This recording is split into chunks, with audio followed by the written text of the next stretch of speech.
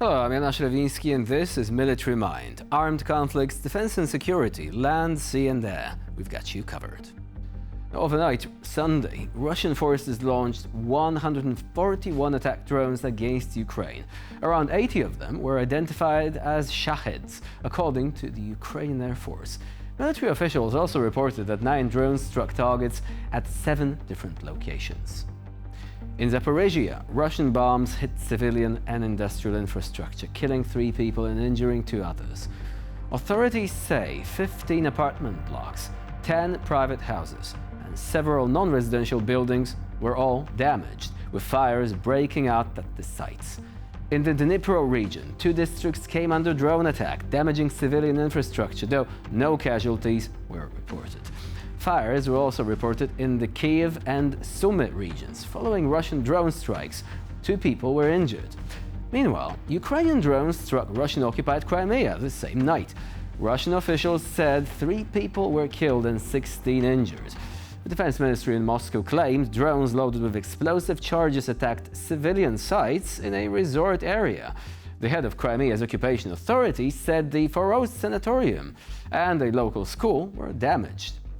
Emergency services were working at the scene. And now one important addition: according to the Kiev Independent, the real target of the attack might have been a meeting of top Russian officials at the said resort, although at the time of publishing the article, Kiev Independent was not able to independently verify the sources which made these claims. Now, on Sunday, 2 German Eurofighter jets were scrambled to intercept a Russian Il-20M reconnaissance plane over the Baltic Sea. According to Germany's NATO mission, the Russian aircraft failed to respond to contact requests.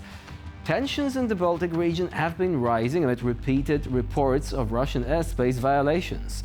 Last Friday, Estonia accused 3 Russian fighter jets of entering its airspace over the Gulf of Finland. Estonian officials said the jets were flying without flight plans, with transponders switched off, and were not communicating with air traffic control, making an accidental incursion highly unlikely. Moscow rejected the accusation, insisting that 3 MiG-31s were flying over international waters en route from northwest Russia to Kaliningrad. Now, on the front line, the Institute for the Study of War reports that Russian troops are attempting to breach Ukrainian defenses on the Kupiansk axis in several sectors at once. Ukrainian military observer Konstantin Mashoviec said on the weekend that Russian forces likely captured the village of Kondrashivka, north of Kupiansk. He also noted that Russia is trying to use its numerical advantage in infantry to push forward, focusing operations on the right bank of the Oskil River, while facing logistical problems moving heavy equipment across from the left bank. Now, Ukraine recently presented its massive Toloka underwater drone at the Brave One Defense Tech Valley 2025 exhibition in Lviv. This sea monster can reach up to 12 meters in length and travel 2,000 kilometers with a warhead weighing 5 tons. The Toloka drone family consists of many different variants, actually. The smaller TLK-150 model is designed for covert operations and is capable of operating just below the water surface. Its compact size and electric drive make it more difficult to detect, allowing it to effectively penetrate enemy defenses. The bigger TLK-400, with a length of 4 to 6 meters and a range of up to 1,200 kilometers, features a powerful half-ton warhead. And the even larger TLK-1000 has the length of between 4 and 12 meters and can travel a distance of up to 2,000 kilometers. It was this model, with a warhead weighing up to 5 tons, that drew the attention of the global press. Some experts believe that several of Toloka's largest drones could potentially destroy the Crimean bridge, as their 5-ton explosive payload can effectively reduce large structures to rubble. As a reminder, on the 3rd of June, the Crimean bridge was hit for the 3rd time, this time as a result of an underwater attack carried out by the Security Service of Ukraine. According to Defense Express, it is still unclear exactly how the underwater part of the structure was damaged, but experts suggest that a Toloka underwater drone may have been used. Earlier reports indicated that Ukraine is creating a new defense hub, known as Defense City, with the participation of 25 leading global companies. Investments are directed towards the production of weapons, which are also being sent to the front lines.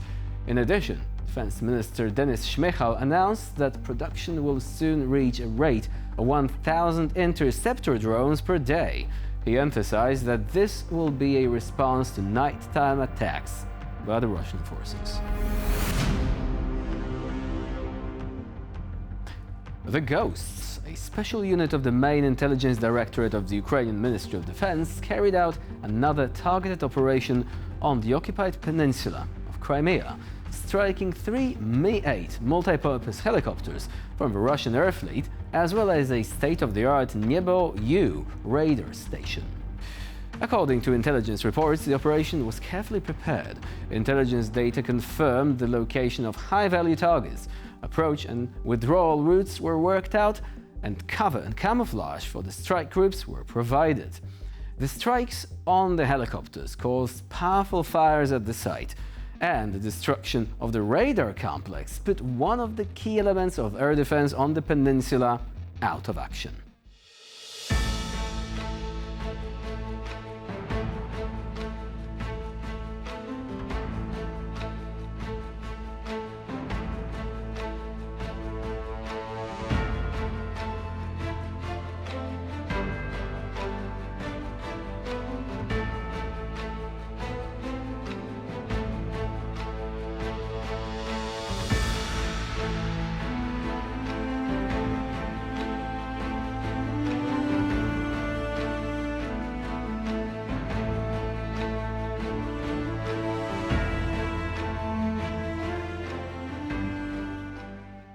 Aerial reconnaissance by the Ukrainian 8th Border Guard Detachment detected a concentration of Russian forces and a firing point, namely a twin-barreled Zu-23-2 anti-aircraft gun, which threatened Ukrainian posts and logistical routes. The border guards responded quickly, sending FPV drones to the target, which did most of the work. Footage of the operation shows the instant detection of the target, the launch of the strike drones, and a series of explosions which resulted in the guaranteed destruction of the anti-aircraft gun. But the border guards did not stop there. During the nighttime operation, they added to the damage by blowing up the Russians' fuel and lubricants depot and destroying a vehicle that provided their logistics.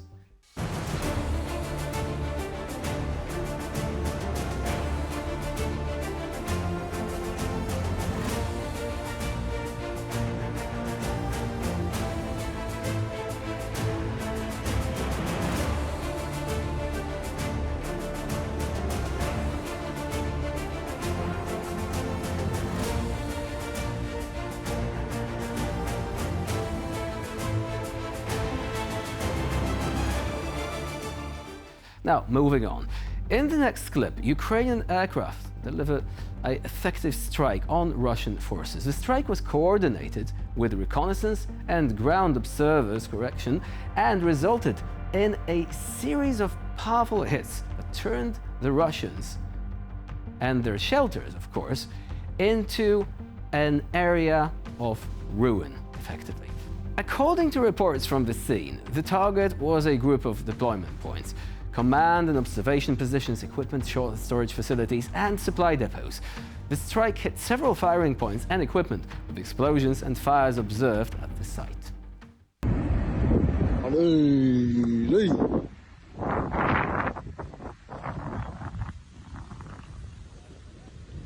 Allahu Akbar, Allahu Akbar.